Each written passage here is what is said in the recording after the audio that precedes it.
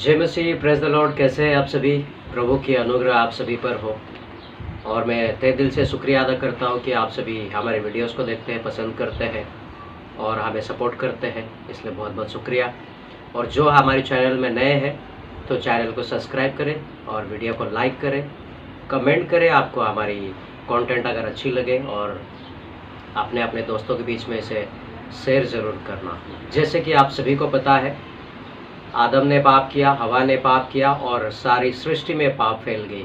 और पाप इस तरह फैली जिस तरह हवा बहती है, उसी तेज़ी से पाप फैली और सब ने पाप किया। जिस तरह हम देखते हैं कि पुराने करार में जो पाप करते थे उन्हें पत्थर फेंक के मार दिया जाता था। प्रभु यीशु मसीह को इंसान बनाकर इस पृथ्वी पर भेजा ताकि वो हमारे पापों के लिए खुद की बलिदान दे और हमारे पापों के लिए खुद को क्रूस पर चढ़ाए और हमें अनंत काल का जीवन मिले और हम पापों से मुक्त हो जाए, श्रापों से मुक्त हो जाए, शैतान के बंधन से मुक्त हो जाए। लेकिन आज मैं कुछ अलग बातें करने वाला हूँ। कंपैरिजन करेंगे 1990 के दशक में एक बॉलीवुड की यानी कि हिंदी फिल्म एक आई थी, करण अर्जुन, जिसमें एक गाना था, जय माँ काली पापियों के नाश करने वाली। वो जो गाना मेरे दिमाग में कई दिनों से बैठा था। मैं कई बार वो गाने को लेके सोचा कि हमारे प्रभु यीशु मसीह हम पापियों को बचाने के लिए आए और ये कहते हैं कि हम पापियों को नाश करने के लिए आए। तो सबसे भला कौन है, सबसे अच्छा कौन है? और जिस तरह मैंने पिछले कई वीडियो में बनाया है कि कुरान में भी लिखा गया है, काफिर को मार डालना चाहिए।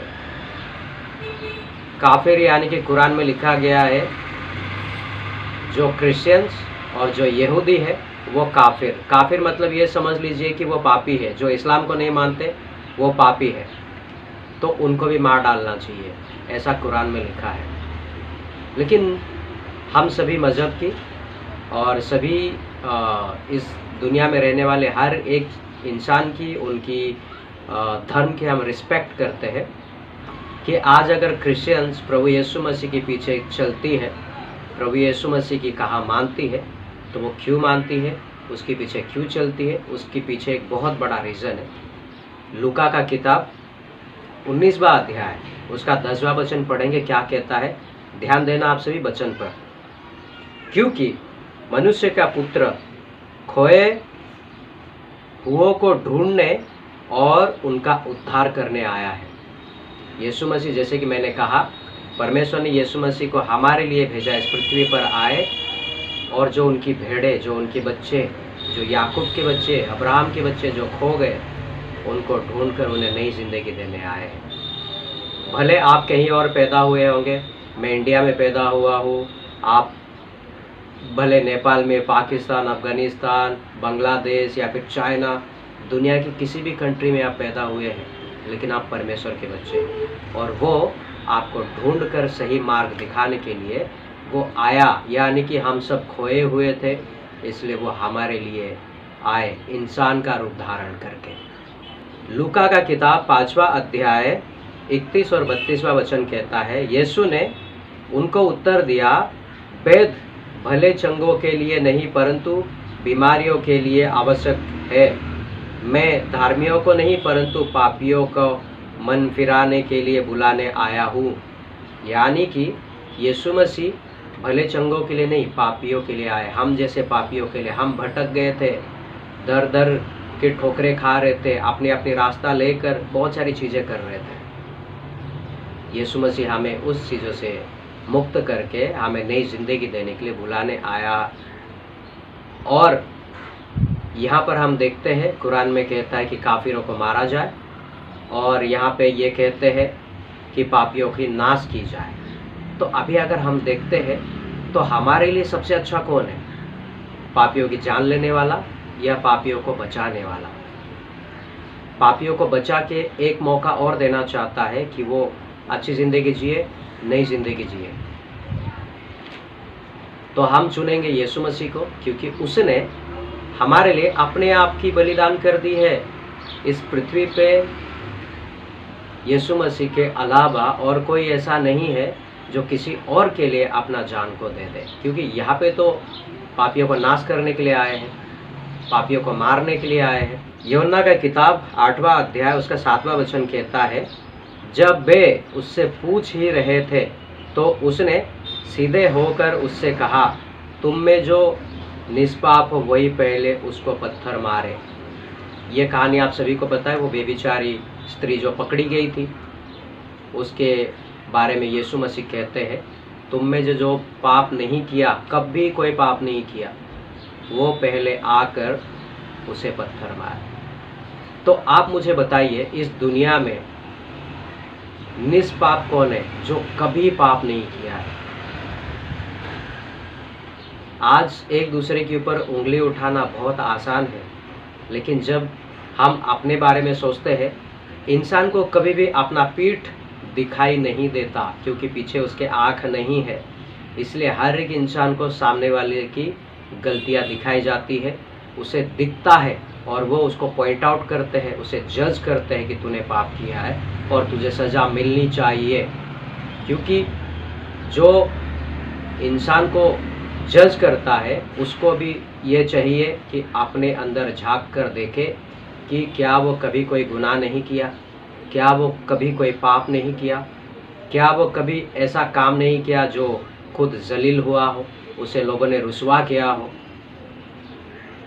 और आज अगर हम देखेंगे पाकिस्तान में और सीरिया में देखेंगे, क्रिश्चियन लोगों को मारा जाता है, मुसलमान लोग खुलेआम मार देते हैं, क्योंकि वो इसलिए मार देते कि ये काफिर है, ये पापी है, ये हमारे अल्लाह को नहीं मानते, इन्हें मार दो। और हमारे इंडिया में भी देखा जाए तो बहुत सारे ऐसे संगठन निकली है जो मसीह लोगों को मारते हैं, पीटते हैं। और अगर आपको किसी को चुनना है ये तीनों में से, आप किसको चुनेंगे? मैं यीशु मसीह को चुनना चाहता हूँ, क्योंकि उसने मुझे नई ज़िंदगी दी है। मैं भी पापी हूँ, हम सब पापी हैं, पर उसने हमें सर उठा के जीने लायक बनाया है। उसने हमें उसका बेटा होने के लिए दावत दिया है। उसने हमें अपना बनाने के लिए अपना लहू दिया है, लहू बहाया है। उसने हमें अपना बनाने के लिए अपने आप को क्रूस पर सौंप दिया है। ऐसा परमेश्वर अगर कोई इस दुनिया में है तो वो सिर्फ़ और सिर्फ यीशु मसीह है, उसके अलावा और कोई है नहीं। बाकी सब मारने के लिए आते हैं और वो हमारे लिए मरने के लिए आया। मारना और मरना बहुत फ़र्क होता है। जो हमारे लिए मरता है वही हमारा सच्चा रक्षक है और सच्चा परमेश्वर है, सच्चा खुदा है। जैसे वो करण अर्जुन फिल्म में वो गाना है, जय माँ काली पापियों के नाश करने वाली। अगर वो पापियों को नाश करेंगी तो इस दुनिया में और कोई बचेगा? इस दुनिया में सारे के सारे पापी हैं, क्योंकि परमेश्वर का वचन कहता है एक भी धार्मिक नहीं है, एक भी नहीं है। और अगर पापियों के नाश करने पर आए, इस पृथ्वी पर कोई नहीं बचेगा। इंसान लुप्त हो जाएंगे, इंसान खत्म हो जाएंगे। और प्रभु यीशु मसीह ये नहीं चाहते कि उसके बच्चे खत्म हो जाए, उनके बच्चे मर जाए। प्रभु यीशु मसीह ये चाहते कि उनके बच्चों को नई ज़िंदगी मिले। इसलिए वो इंसान का रूप धारण करके आए हमें बचाने के लिए, हमें नई ज़िंदगी देने के लिए। तो आपको अगर चुनना हो तो आप किससे चुनेंगे? आप मुझे कमेंट करके बताना। प्रभु आप सभी को आशीष करें। आइए हम इस वचन के लिए प्रार्थना करेंगे। धन्यवाद करते पिता, आपके पवित्र नाम को ऊंचा उठाते परमेश्वर। प्रभु हम पापी होने के बाद भी आपने हमसे प्यार किया और हमें नई ज़िंदगी देने के लिए क्रूस पर बलिदान हो गए। औरों की तरह नहीं, आप हमें मारने के लिए नहीं, आप हमें बचाने के लिए आए प्रभु, इसलिए धन्यवाद करते परमेश्वर। और इस दुनिया में प्रभु सारे के सारे पापी है, जिस तरह वचन कहता है कि एक भी धार्मी नहीं है। प्रभु हम अपनी पापों की पश्चाताप आपके सामने करते हैं, हमें क्षमा करना प्रभु, जो भी हम पाप गुनाह किए हमें माफ़ करना परमेश्वर। और आपने बेटा बेटी होने के लिए हमें आशीष और अनुग्रह करना खुदा। आपकी जो लहू आपने हमारे लिए बहाया प्रभु, वो जाया ना जाने पाए परमेश्वर। धन्यवाद करते इस सारे पृथ्वी के लोगों को, सारे भाई बहनों को, जो आपको जानते, जो आपको नहीं जानते, उन सभी को मैं आपके हाथ में सौंपता हूँ। सारे लोगों की जो मनोरथ है वो पूरा करना परमेश्वर। सभी को अंधकार की शक्ति से बचाए रखना प्रभु। सभी को हर एक तकलीफ, हर एक मुसीबतों से बचाए रखना।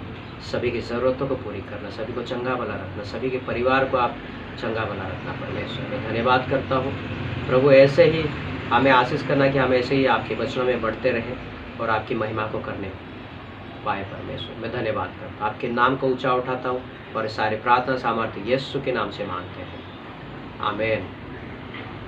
धन्यवाद आप सभी का वीडियो के अंत तक बने रहने के लिए। प्रभु आप सभी को आशीष करें। जय मसीह, प्रेज़ द लॉर्ड।